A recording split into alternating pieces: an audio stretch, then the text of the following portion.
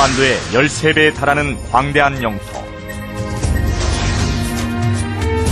석유, 가스, 우라늄 등 풍부한 지하자원을 바탕으로 연 10%에 육박하는 높은 경제 성장을 이룩한 나라 카자흐스탄. 중앙아시아의 거인으로 불리는 카자흐스탄에서 글로벌 인재 양성을 꿈꾸는 대학이 있다. 바로 카자흐스탄 경제경영대학교 키맵. 카자흐스탄의 명문대로 꼽히는 이 대학 총장은 놀랍게도 한국인 방찬영 총장. 그는 90년대 초 카자흐스탄 대통령 경제 담당 특보로 발탁돼 카자흐스탄의 시장경제와 민영화 추진을 이끈 인물이다. 카자흐스탄 최초의 서구식 교육기관인 키맵을 이끌고 있는 방찬영 총장을 토크앤 이슈에서 만나본다.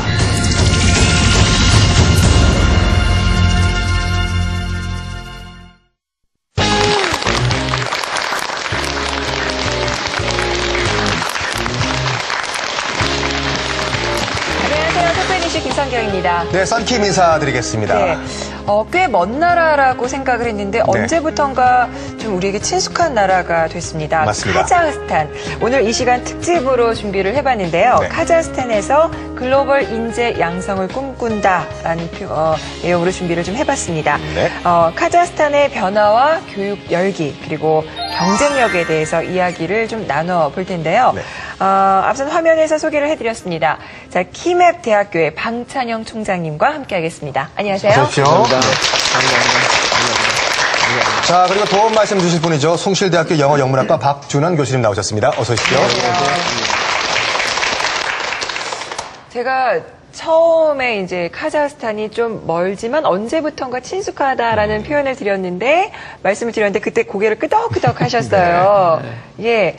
그 카자흐스탄이 사실 좀, 많이 듣기도 했지만 사실 그렇게 우리나라하고 가까운 나라는 아니었었잖아요. 이제 89년도에 이제 소련 연방 국가들이 다 독립을 네, 하게 그렇죠. 됩니다. 네. 그래서 독립하는 과정 속에서 제일 먼저 카자흐스탄의 대통령, 소련 연방 국가 중에 대통령으로서 한국을 방문한 것은 나절바예프 대통령이 처음입니다. 네. 그래서 제가 모시고 와서 그것이 90년도에 그 노태우 대통령이 이제 대통령을 하실 때에 국빈으로 와서 신라 호텔에서 묵으면서 제가 그 당시에 이제 대통령의 특별 보좌관으로 이제 보좌를 하면서 경제개혁원에서 대통령께서 경제개혁위원회 위원장을 하시고 제가 부위원장을 하면서 한국의 그 시장 경제로서 발전한 그런 나라 중에 한국을 가장 그 하나의 모범적인 국가로 그렇게 제가 생각을 해서 한국에 와서 한국의 시장 경제로서의 그 발전 면모를 제가 소개를 하게 됩니다. 네. 그 이후에도 두 번 더 오셔서 외국 정상으로서는 한국에 많이 오신 정상 중에 한 분이시고요. 네. 그래서 이제 그 한국과는 굉장히 가까운 나라가 됐습니다. 그렇네요. 금년에 이명박 대통령께서 오셔서 그 80억 달러의 그 차관을 카자흐스탄에 증여를 이번에 하게 됩니다. 해서 이제 석탄을 이용한 화력 발전소, 화학 공업 단지를 육성하는데 투자를 했습니다. 네. 그래서 이제 한국과는 굉장히 아주 협력 관계가 네. 아주 많이 경제 교류가 정말 이제 활발하다고 할 수 있겠는데요. 그러면 총장님 말씀을 듣다 보니까 정말 저절로 궁금해지는 것이 총장님은 언제부터 그러면 카자흐스탄에서 사신 건가요? 저는 이제 그 냉전이 고조에 이뤘던 70년대에 제가 유니버시티 샌프란시스코라고 하는 그 대학에서 이제 UCL에서 샌프란시스코로 가서 거기서 연구소 그 원장을 했는데 그 소련의 그 아카데미 사이언스라 해서 과학원에서 안보 측면에서 미국의 학자들과 교류를 하게 됩니다. 네네. 그래서 이제 제가 그 외국인 미국 시민권을 가졌던 이유로 해서 소련의 70년대서부터 들어가게 됩니다. 그래서 이제 소련과의 관계를 통해서 이제 강연도 여러 번 하게 되고 그거로 인해서 이제 그 카자흐스탄하고 이제 인연을 맺게 됩니다. 그런데 이제 총장님 방금 말씀하신 것처럼 이제 유니버시티 오브 샌프란시스코도 그렇고 이제 UCLA도 그렇고 이제 경제학으로 굉장히 유명한 학교고 미국에서요.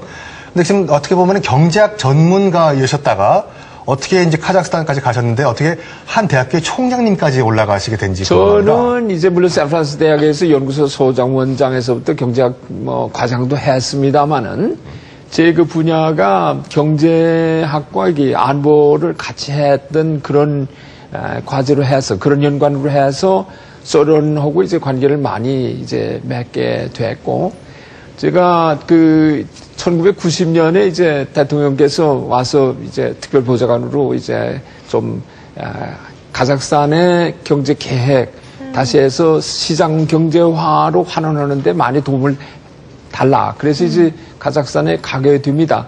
가게 되는 과정 속에서 제가 이제 경제 계획이라든가 사회화에 많이 연관돼서 일을 하면서 가장 그 어렵게 생각했던 것이 시장 경제로 환원하면서 국영 기업이 시장 경제로 해서 사유 기업으로 변형이 되고 공무원 그런 그 공무원들의 훈련 이런 문제가 이제 문제가 됩니다. 네네. 그래서 이제 대통령께 이제 카자흐스탄이 경제 발전을 하고 현대화를 하고 시장 경제를 영입을 하려고 하면은 훈련된 그런 요원들이 필요한데 인재들이 필요한데 네. 그러기 위해서는 대학 교육을 해야 되겠다. 서구식 대학 교육을 시켜야 되겠다. 그렇게 했더니 그래서 91년에 이제 대학이 설립이 되게 됩니다. 미국식 대학이. 예, 그래서 설립된 대학이 그렇게 키맵 대학. 키맵입니다. 그렇죠. 예.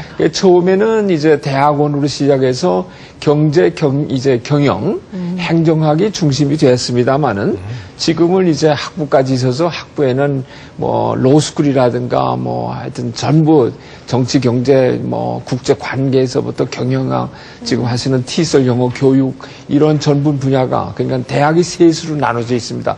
로스쿨, 그 다음에 경영대학교, 그 다음에 사회대학교 이렇게 나눠져 있습니다.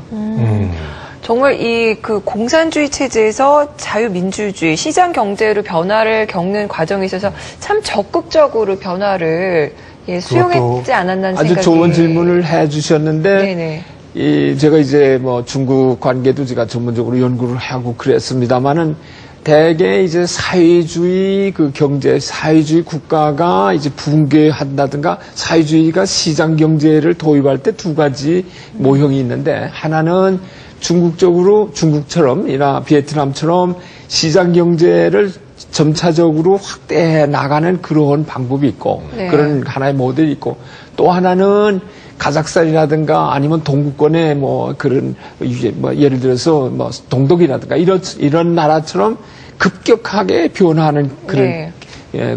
그런 그 나라들이 있습니다. 카자흐스탄은 하루 아침에 사회주의에서 시장 경제로 변모하는 네. 그렇게 되면은 그동안 모든 생산하던 것이 국가 관장하는 중앙 집권적인 계획 경제하에서 생산이 국영기업이 하던 것이 하루아침에 그것이 이제 시장 경제로 변화하는 여러 가지 부작용도 많습니다만 카자흐스탄이 빨리 발전할 수 있었던 것은 세 가지 그런 이유가 있는데 하나는 대통령께서 빨리 시장 경제화를 해야 되겠다.